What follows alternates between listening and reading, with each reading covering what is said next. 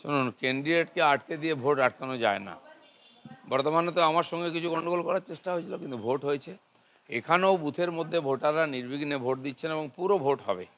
TMC এখন হতাশ হয়ে গেছে, কি করবে, রাগটা কার উপরে দেবে, আমাদের ক্যান্ডিডেটকে আটকাবার চেষ্টা করছে। এখানে নয়, তমলুকের ক্যান্ডিডেট জাস্টিসকেও আটকাবার চেষ্টা হয়েছে।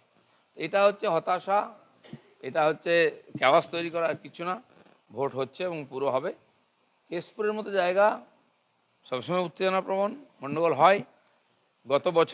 গত ভোটেতে ভারতী ঘোষকে ওখানে আটকানো হয়েছিল এবং একতরফা ওখানে 90,000 লিড নেওয়া হয়েছিল। এবারে সেটা হবে না, যাতে না হয় হিরণ সেটা চেষ্টা করছে ওখানে। আমার মনে হয় ওখানেও ভোট ঠিকঠাক হবে। আমার কাছে খবর এসছে কেশপুরে কয়েকটা বুথে গণ্ডগোল হয়েছে, আমি ওদেরকে খবর পাঠিয়েছি। চিত্রটা তো প্রায় এক, মানে ভারতী ঘোষের সময় যা ছিল হিরণের সময় তাই হচ্ছে। না, ওখানে কোনোদিন বিরোধীদের ভোট করতে হয় না। কেশপুর তো গতবারে তো আমরা প্রার্থী ক্যান্ডিডেট বসিয়েছিলাম, ভোট করেছিলাম। এবারে আরও পিসফুল ভোট হবে। কিছু গুন্ডা বদমাশ আছে, তারা গণ্ডগোল করার চেষ্টা করে, কিন্তু মানুষ ভোট দেবে।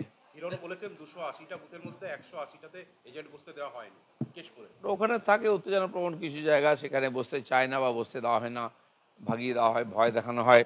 কিন্তু সাধারণ মানুষ তো ভোট দেবেন, তাকে তো আটকাতে পারবে না কেউ। দাদা, বারবার এই সিআরপিএফ এর ভূমিকা নিয়ে এবার প্রশ্ন উঠেছে। কেন্দ্রীয় বাহিনীদের উপরে মেজাজ হারিয়ে যাচ্ছে না, দেখুন, আগের ফেজগুলোতে এতটা টেনশন ছিল না। এই যে আজকে 9টা সিটে ভোট হচ্ছে, 9টা সিটে আমরা জিতবো, সেই জন্য টিএমসি হতাশ হয়ে গিয়ে বারবার হিংসা করার চেষ্টা করছে, ঝামেলা করার চেষ্টা করছে। এখন মানুষকে ভয় দেখালে সেন্ট্রাল ফোর্সই একমাত্র সাহারা, সেই জন্য সমস্ত বুথে সেন্ট্রাল ফোর্স আছে। সাময়িকভাবে ওরা হয়তো বিঘ্ন করতে পারে, কিন্তু সবাই ভোট দেবেন।